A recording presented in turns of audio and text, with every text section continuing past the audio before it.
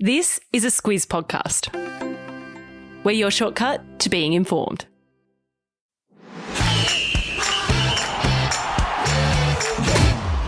Good morning. This is Sport Today, your weekday sports news podcast that puts you ahead of the game. I'm Sam Ferris. And I'm Martin Gabor. It's Friday, the 10th of September. In your Sport Today, the NFL season kicks off. The Australia-Afghanistan test match is set to be cancelled. It's finals time in the footy, and watch out for the hectic cheese. This is your Sport Today. Those who follow US sports will know that the National Football League season kicks off today with the Tampa Bay Buccaneers facing the Dallas Cowboys. American football, also called gridiron, is the biggest sport in the US, and the NFL is the biggest sports league. So, Gabs, what can we expect this season? Yeah, as you said, Fez, the season kicks off today in Tampa, with most of the matches each week played on Sunday, which is Monday mornings here in Australia. So there goes our sleep to start the week. Fans are back this season, but some teams like the New Orleans Saints say fans must be jabbed or have a negative test to attend matches. The NFL is big on vaccination too, but it's not mandatory for all players. But Sam, if an unvaccinated player causes a game to be cancelled and it can't be rescheduled, then the infected team will be given the loss and they're going to have to pay the financial costs as well. Oh, and none of the players from either team will be getting paid either. Yeah, so as you can see, the NFL players are strongly encouraged to get jabs. Actually, about 93% of players and 99% of staff have already been vaccinated. Getting to the players, there are 5 Aussies in the NFL. Yeah, there sure are, and 4 of them are punters. Those are the guys that basically just kick the ball really far downfield. Michael Dixon is the best of the bunch. He plays for Seattle, and he's actually the second highest paid punter in all of the NFL. He can earn up to $3.2 million. There's also a rugby league link to the NFL. Jordan Mailata used to play junior footy at the South Sydney Rabbitohs, and he's now a starting offensive linesman at the Eagles. Sam, if I had to sum him up, he's basically a man mountain. Yeah, he's a big person, Gabs. So the big question is, who's going to win? Well, the Kansas City Chiefs won it 2 years ago, and they're the favourites with the bookies to win it again this season.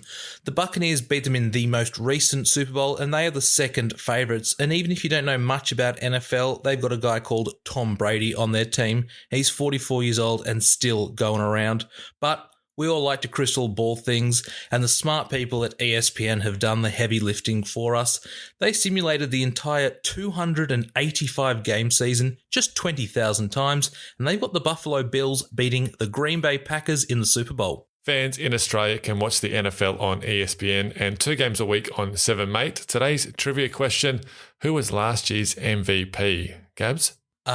Look, I can't give too much away, but he does play for a team that I just mentioned. The answer at the end of the show. Those who tuned in yesterday will remember us explaining how the first men's cricket test match of the summer between Australia and Afghanistan is in doubt. Well, now it looks certain to be cancelled after Cricket Australia said the match won't go ahead if the Taliban doesn't support women's cricket. Yeah, so the reason why the Afghanistan test has come into focus is because this week a Taliban representative confirmed women had been banned from playing sport, including cricket, and that's because the women might expose their face or skin, and that goes against Islamic law. Yesterday, Australia's Federal Sports Minister Richard Colbeck said excluding women from sport at any level is unacceptable, and then yesterday, Cricket Australia said that they will not host the men's test match in Hobart in November if it is true that Afghan women cannot play cricket. The International Cricket Council, which is the game's governing body, said they will discuss the matter at their next board meeting, which is in November, meaning the Afghanistan men's team is currently free to play in the T20 World Cup, which starts in October. There are just 4 teams left in the AFL, with fans of the Demons, Cats, Power and Bulldogs probably feeling nervous and excited ahead of this weekend's 2 preliminary finals. The first final kicks off tonight in Perth at 7:50 Eastern Standard Time, Gabs. Fez, prelim finals are the worst for fans. I can't imagine what it's like for these guys.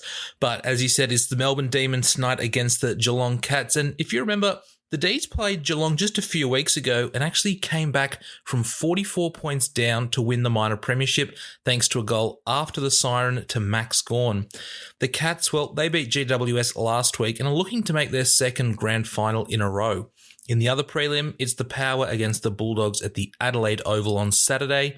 Bulldogs captain Marcus Bontempelli will play despite a sore knee, and that's a big boost for the Dogs because he was named the AFL Players Association's most valuable player just last week. The Power, well, they beat the Cats in week 1 of the finals, and they'll get home ground advantage in this one. Yeah, it's fair to say there's going to be a loud crowd for that match, Gabs. That actually starts at 7:40pm Australian Eastern Standard Time on Saturday. All matches are on Network 7 and Foxtel. Apart from the preliminary finals, the other big news story in the AFL this week has been around Brisbane Lions star Lachie Neale considering a move back to Perth. Well, Neale set the record straight yesterday, and it's good news for Lions fans. He's staying put. This all started last Sunday when it was reported in WA that Neale and his wife Jules were thinking about moving back to Western Australia to raise their child, which is due in about 4 weeks. Jules is originally from WA, and Neale played 7 seasons with the Fremantle Dockers before he was traded to the Lions 3 years ago. But now we know Neale is staying put, and he said, "It's been a whirlwind couple of days, and everything got a little bit out of hand, but I am fully committed to the club." Now, Fez, this is a big deal for the Lions. Neale won the Brownlow medal last year, which means he was the best player that season, and he's still one of the top midfielders in the AFL. Yeah, Neale added he has unfinished business at the club after the Lions bowed out in straight sets in the finals. This year, he says he wants to lift a trophy with the Lions. While the AFL is nearing the end of its finals series, rugby league fans will know that the NRL finals are just getting started, beginning tonight on the Sunshine Coast. Yeah, and it's a big one tonight. We've got the minor premiers Melbourne Storm against the Manly Sea Eagles. The Storm are the favourites, but some experts are tipping an upset, and that's mainly because Manly have one guy, Tom Trbojevic, the Sea Eagles fullback who is widely regarded as the best player in the competition. It's a doubleheader in Townsville on Saturday, where first up it's the Roosters, who are favourites to beat the Titans in an elimination match, and then later that night the Penrith Panthers play the South Sydney Rabbitohs. The Panthers have won 5 in a row against South Sydney, who are without suspended fullback Latrell Mitchell for the rest of the season. And then on Sunday in Rockhampton, the Parramatta Eels play the Newcastle Knights, with a loser knocked out of the finals. Lots of footy action this weekend, Gabs, that's for sure. We'll put a link in the episode notes to the NRL finals fixture so you're across all the start times, and you can watch them all on Channel 9 and Foxtel.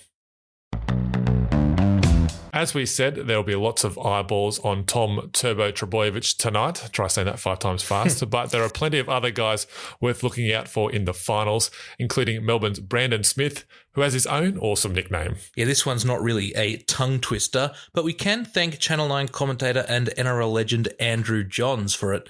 Smith is known as the hectic cheese, not because of smell or anything, but because he reminds Johns of people trying to chase a big block of cheese rolling down a hill. It's out there, but so is Smith on and off the field. There's an Instagram video of him putting rocks into his coach Craig Bellamy's luggage as a prank. There's also the time he stole a lollipop from Bellamy's grandson last year, and he also showed up hungover to his first meeting with the Storm a few years ago. Now, I wouldn't be brave enough to do any of those things, but I can relate to his diet. Smith said he put on about 20 kilos eating meagering noodles and corned beef one year, and then didn't lose all of it. Look, it's hard to question someone's diet when people are tipping him to be named the best hooker in the competition this year. Yep, he's been one of the stars of the NRL this season. And there's a good story on the origins of the hectic cheese waiting for you in your episode notes if you want to know a little bit more about Smith. Time for Catch This, and this weekend, Cristiano Ronaldo returns for Manchester United. Man U play at midnight on Saturday against Newcastle. That is going to be a big one, Fez, but it's also a big weekend of tennis action. It's the women's semi-finals from 9 a.m. this morning, although it has been raining in New York, so we'll have to see what happens there. Aussie Dylan Alcott also plays today in the quad wheelchair quarterfinals, weather permitting. And tomorrow, Australia's Sam Stosur is in the semis of the women's doubles, and Novak Djokovic is in the semi-finals of the men's singles. Yeah, and the men's final will be on Monday morning here in Australia. The answer to today's trivia question, who was last year's NFL MVP? That was Aaron Rodgers of the Green Bay Packers. Hey, that's good news. I drafted him in my NFL fantasy team last night. Well, good luck to you and good luck to Aaron this season, Gabs. That's all for us. Thanks for tuning in. We'll catch you again next week.